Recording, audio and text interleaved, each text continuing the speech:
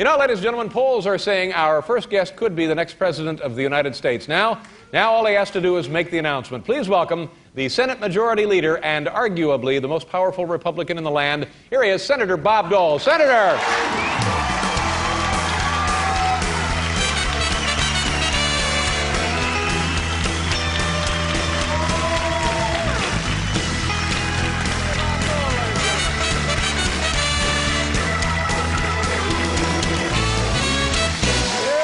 Sir.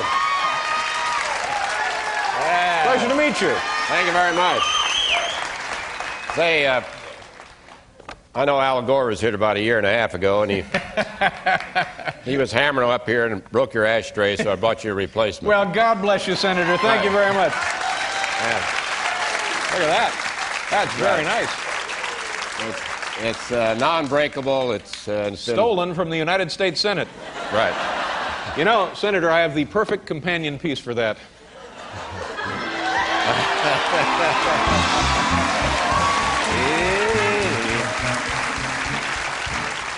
You know, we could help CBS out a little bit here tonight with our own home shopping network. Here are the lovely items going up for bid.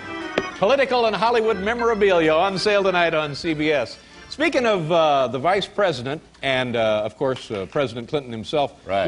What is the nature of your relationship with the President these days? Has it changed any since the big Republican landslide in November? Yes. Yes, changed. No, we actually have a good relationship. Mm-hmm. President Clinton is a very articulate, very smart, very nice guy to sit down and visit with. And, you know, when he first came, I gave him a check for $250 for his jogging track. Oh, I remember reading about that. I didn't want him running out in the street scaring people and things like that. So we...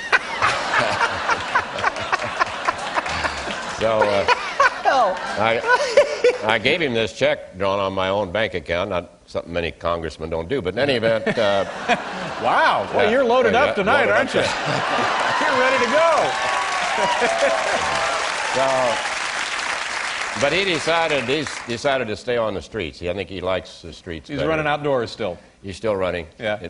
And I think that's one of the problems. But in any event, I went what down. became of the check? Did he send it back? I went down to see him. He didn't cash it. But he has it framed. It's hanging in his little office there. When he leaves the Oval Office, he goes back in the little square office, and it's back in there. Nice little frame. And I said, "What do you?" I said, "Just keep it. It's all right with me." So he's kept it. Yeah. But we have a good relationship, and Vice President Gore is a nice person. Yeah. Not known as one of the comedians in Washington, but, you know. But, you know, when he was here, he was very nice. He tried, he did what he could, and we were very appreciative to have him there. Yeah, he had his goggles on and his hammer. Right. Yeah, he does a lot of that in Washington. But really? He got his goggles on. He's always beating up Republicans. Now, I have an amateur political observation. You help me out with this. Since the November election, and the power has shifted, and things you can feel are different already in this country. And I think change is always healthy. But it seems to me also that slowly but surely, in little increments, the Republicans and some notable figures have kind of been, you know, stepping on their own feet. Have been, you know, Newt Gingrich, stuff about men ought to be out hunting giraffes. Yeah, I don't understand all Dick that stuff, Armey and the Barney Frank situation, and then piglets. Piglets and the giraffes.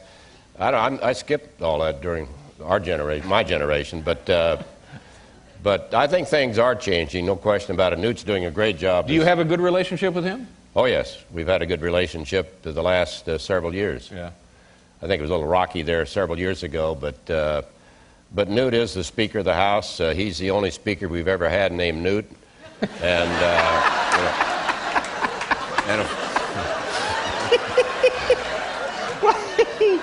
That'd look good on a bumper sticker, wouldn't it? But we've never had a president named Bob either. So, you know, I think Newt, I think...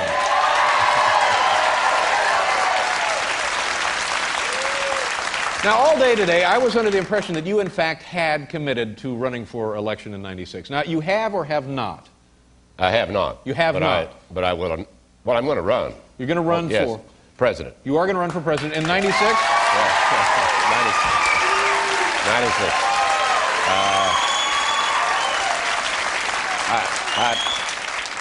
I've thought about it a lot, and I think every country ought to have a president. So, so we're going to give it a shot. Now, have you selected the ticket? You got a running mate in mind? Well, we already had some of these printed out, Senator.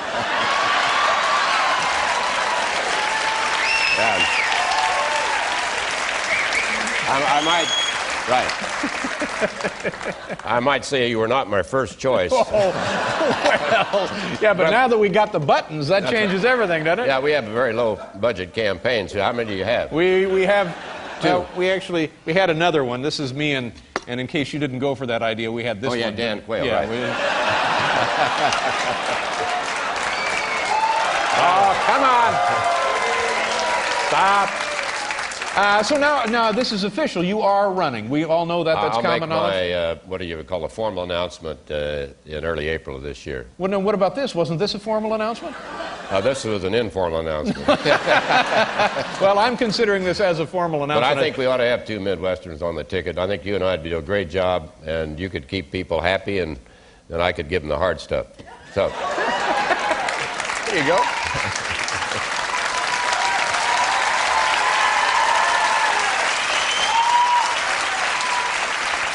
You know, I wouldn't mind helping out giving them the hard stuff either. Right. All right.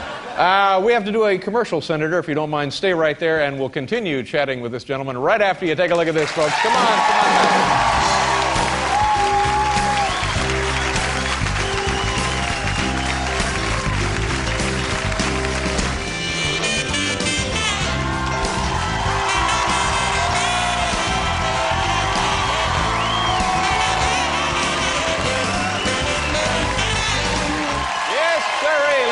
Senator Robert Dole is here, Mary Louise Parker, and Pam Tillis. If you're just joining us, the senator made an announcement that in '96 he'll be running for the President of the United States. You said it's not a formal announcement. You make the formal announcement in April, but you realize that this is televised here tonight. Oh, you're in. Oh, we're in? Yeah, that was it. That was the announcement. Yeah. Well, I'd be happy to announce any opportunity I have, but... Can you tell me a little bit about, are people going to be better off I know nothing about the contract with America. I don't really know what that means. It sounds like a great idea, but is it really going to help folks? Are folks living in Russell, Kansas going to be better? Folks living in Logansport, Indiana going to be better? Am I going to be better? Are you going to be better? Well, I really think so, and I don't want to be partisan, of course. Not my nature, but we're talking about balancing the budget. We're talking about another thing, making all the laws that apply to everybody that's watching this program apply to members of Congress, right, well, sure. And that's a big step forward. So, and we've done that. Now, do a lot of guys when they get into Congress, do they just think, oh boy, I'm going to goof off? Does that go, or do they all take it seriously? I think they all take it very seriously. I've known a lot of members of Congress the time I've been there, Republicans and Democrats, men and women, and for the most part, there are always a few who come to the wrong meeting, but you know.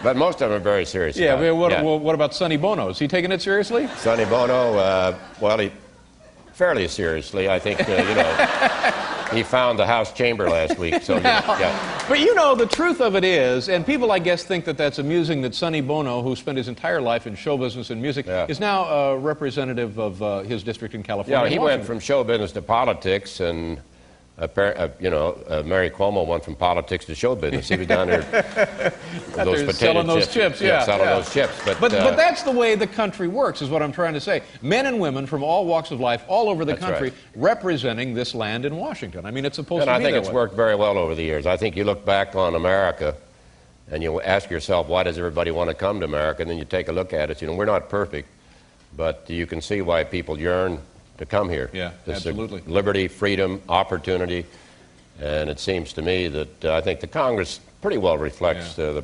cross-section. We're talking, too, about term limits, about you can only serve... See, I think I think it's built in. I mean, if you get voted out, that's the end of your term, right? I mean, That's true, yeah, but...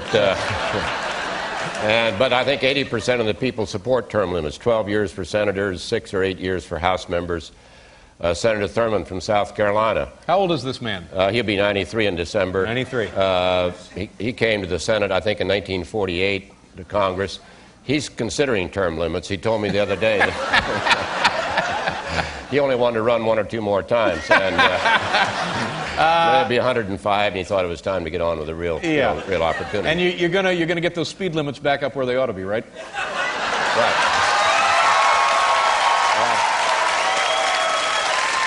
It'll be, I think it'll be 65, be the city limit, 65, you know. Now, Senator, I know that you, like our Vice President, came tonight with a top 10 list of your own. Right, he had a top 10 list, but we've cut everything 30%, so I've got a top 7 list. Top 7? Yeah, good. There we go. Senator Bob Dole with tonight's top 7 list.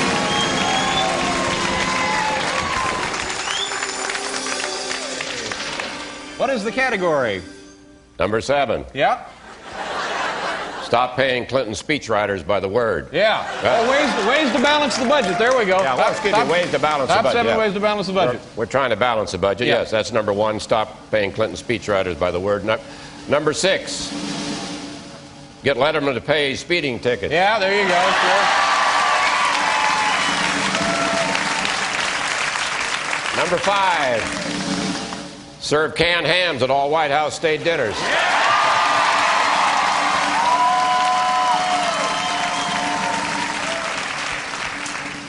Number 4, save government ink by replacing the long William Jefferson Clinton signature with a 70% shorter Bob Dole signature. Yeah.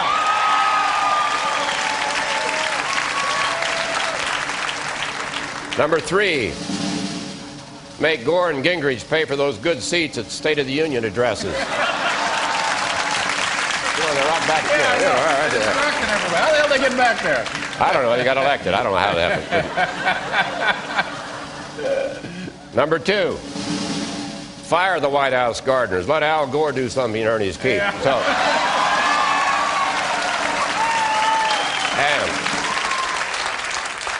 and the number 1 way. Not easy, is it? No, it's not easy. Yeah. It'd take at least 2 weeks to get onto this. Yeah. The number 1 way to balance the budget: Arkansas. Sell it.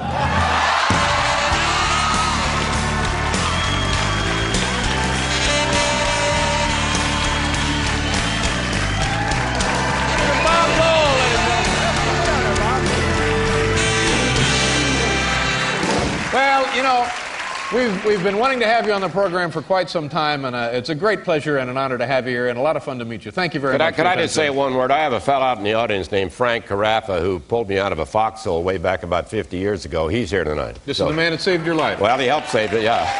Where are you, Frank? Frank's nice back to there see somewhere. There's Frank right there. Yeah, there he is. Good boy. Thank you. Senator, thank you again. Thanks very Good much. luck. Have a great weekend. Senator Bob Dole, ladies and gentlemen. We'll be right back.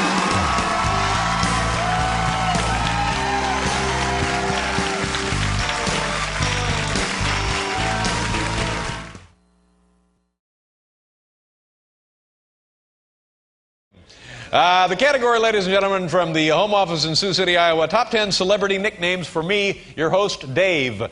Top 10 celebrity nicknames for me, Dave Letterman. Here we go. Number 10, Heather Locklear. Weasel Boy. Yeah. Number 9, ER's George Clooney. Nurse Dave. Number 8, Sybil Shepherd. Bonehead. Number 7, John Travolta. Lucky. Yeah. Number 6, Rosie O'Donnell. David friggin' Letterman.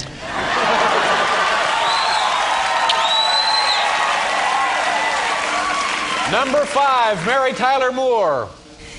Lou. Yeah. Number 4, John Goodman. Monkey Boy. That's right. Number 3, Siskel and Ebert. Gump. Number 2, Senator Bob Dole. Liberal media bubblehead. Thank you very much. Proud of it. I'm an MTV liberal media bubblehead.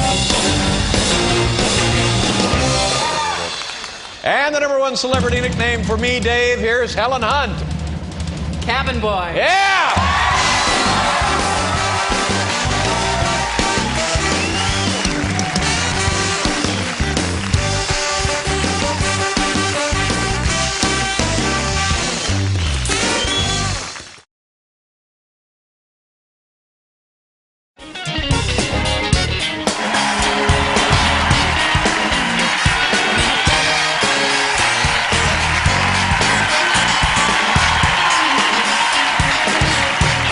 Thank you, boys. Thank you very much. You know. All right. We couldn't be more pleased to have our next guest with us tonight, folks. Do me a favor. Please welcome the five-term senator from Kansas, Bob Dole. Bob?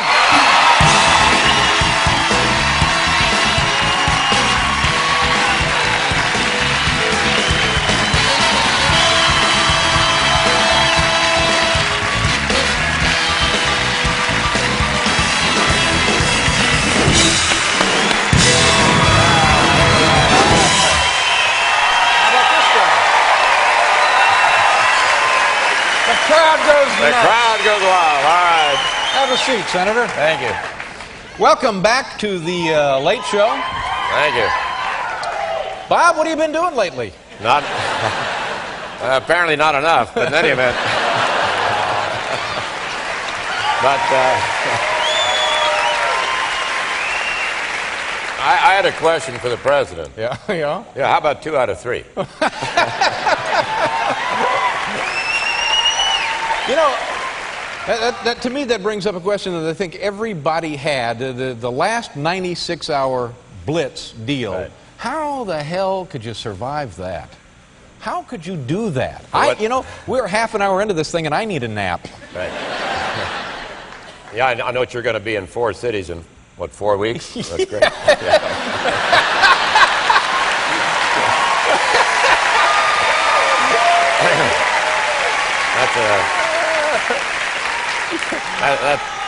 That's a hectic pace, but somebody has to do it. Makes you sound like a sissy, doesn't it? Yeah, well, we did everything. I jumped off stage in Chico, California. We tried to excite. In fact, on the way down, I fell off the stage. I dove into the crowd, and on the way down, my cell phone rang, and a trial lawyer said, "Bob, I think we got a case." Yeah. So we had a lot of fun. How long did the whole thing last? Is it a year and a half, or is it closer to 2 years? The reason I came back tonight because I unofficially announced on your program in February '95, and I want to know what went wrong. You're not holding me responsible You here, told me right? if I came on the show, everything would be fine. But at least I get $200 for being here tonight. It's the first work I've had. Boy, good for you. Spend it wisely. Take care of that money. I haven't had. You look great. You look like you're not tired. You look like you're already bounced back and ready to go. I'm ready, but no place to go. I mean, Yeah.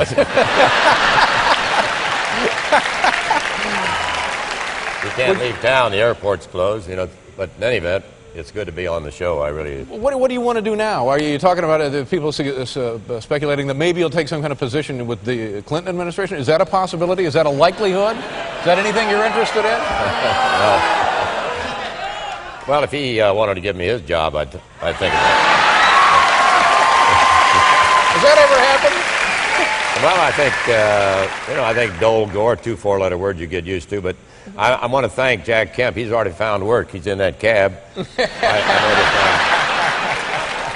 and Jack's a real hustler. He doesn't wait long. He went out and found a job the first day. Knocking down that big dough. Yeah, that's right. What was it like when you, the night of the election, and you have to talk to President Clinton? And had you talked to him much during the campaign directly? Probably not. I wouldn't think. Not a lot. We sort of talked past each other. We had 2 debates, but nobody showed up. And but I called him, collect, and It's a nice touch. yeah. Well, I did. Our campaign's been broke for months.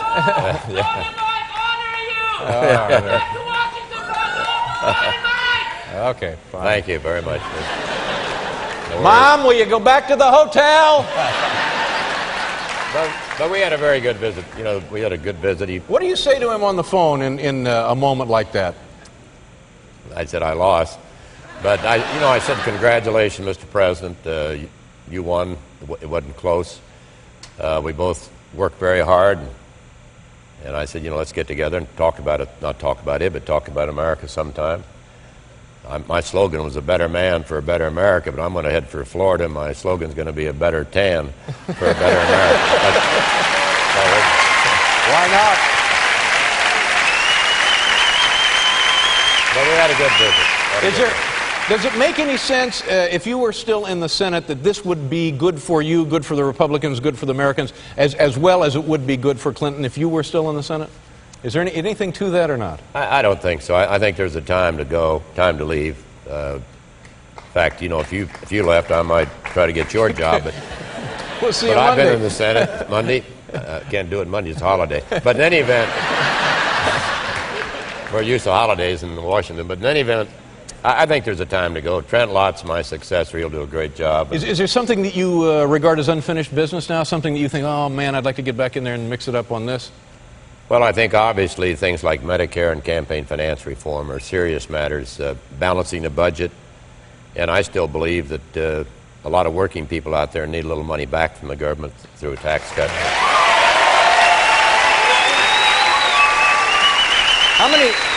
How many states were you in this campaign, do you know? A lot of states. We had certain states that were targeted states, but in the last 96 hours, we were in 30 different cities. And we didn't, at 3 o'clock in the morning, Tuesday morning in Independence, Missouri, the home of Harry Truman, with 4,000 people there. What do you do at 3 o'clock in the morning? It's too early to go to work, and it's too late to go back home and go to bed. So I kind of wondered when I left there, what are all these other people going to do? But it was exciting. It was an inspiration. And I think it energized our campaign. I think energized a lot of other races. What did you learn? What surprised you? What was the biggest revelation to you as you were in this 18-month campaign about the country, about the people, and also about yourself? What did you learn about yourself? What did you learn about this country? I first learned how great the American people are. I mean, whether Democrats, Republicans, or independents. And even those who were carrying Clinton Gore signs were nice people, and many of them joined our rallies. But they're good people. I learned a lot about myself. Obviously, you like to win, but you have to accept defeat and look ahead. It's all about the future. It's about young people. It's about America. It's about moving ahead. And I'm excited about the future, and I want to play some role, maybe working with disabled Americans or working with young people, because they're getting better every day. We had a picture session yesterday in our campaign with 500 and some young people who volunteered in our campaign, worked in our campaign. I think America's in good shape as you look ahead. Well, that's good. That's a great assessment. A great assessment.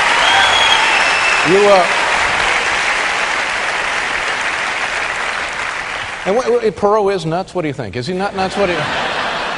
He's rich. Yeah. And I've thought about, maybe he'd adopt me since I lost. And we could share something. But in any event, he got 10% of the vote, which I wish I'd have had. And then I'd have had 51% and Clinton 49. But it didn't happen. He had a right to run in the Reform Party.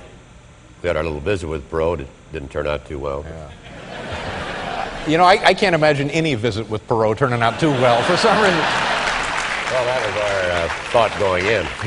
And they talk about the voter turnout being the lowest since the early 20s. Is there a reason for that? Does that mean people just think, by and large, things aren't that bad right now, so we're not even going to waste our time going to the polls? Or does it have another meaning? There are a lot of very inaccurate polls out there. People thought the election was over. Some are saying 21 points. It ended up a little over 7.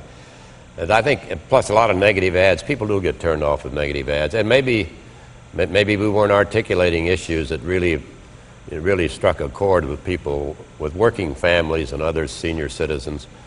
But I think maybe campaigns are too long. I mean, I've been out there on the road literally for 18 months. Yeah. That's a long time.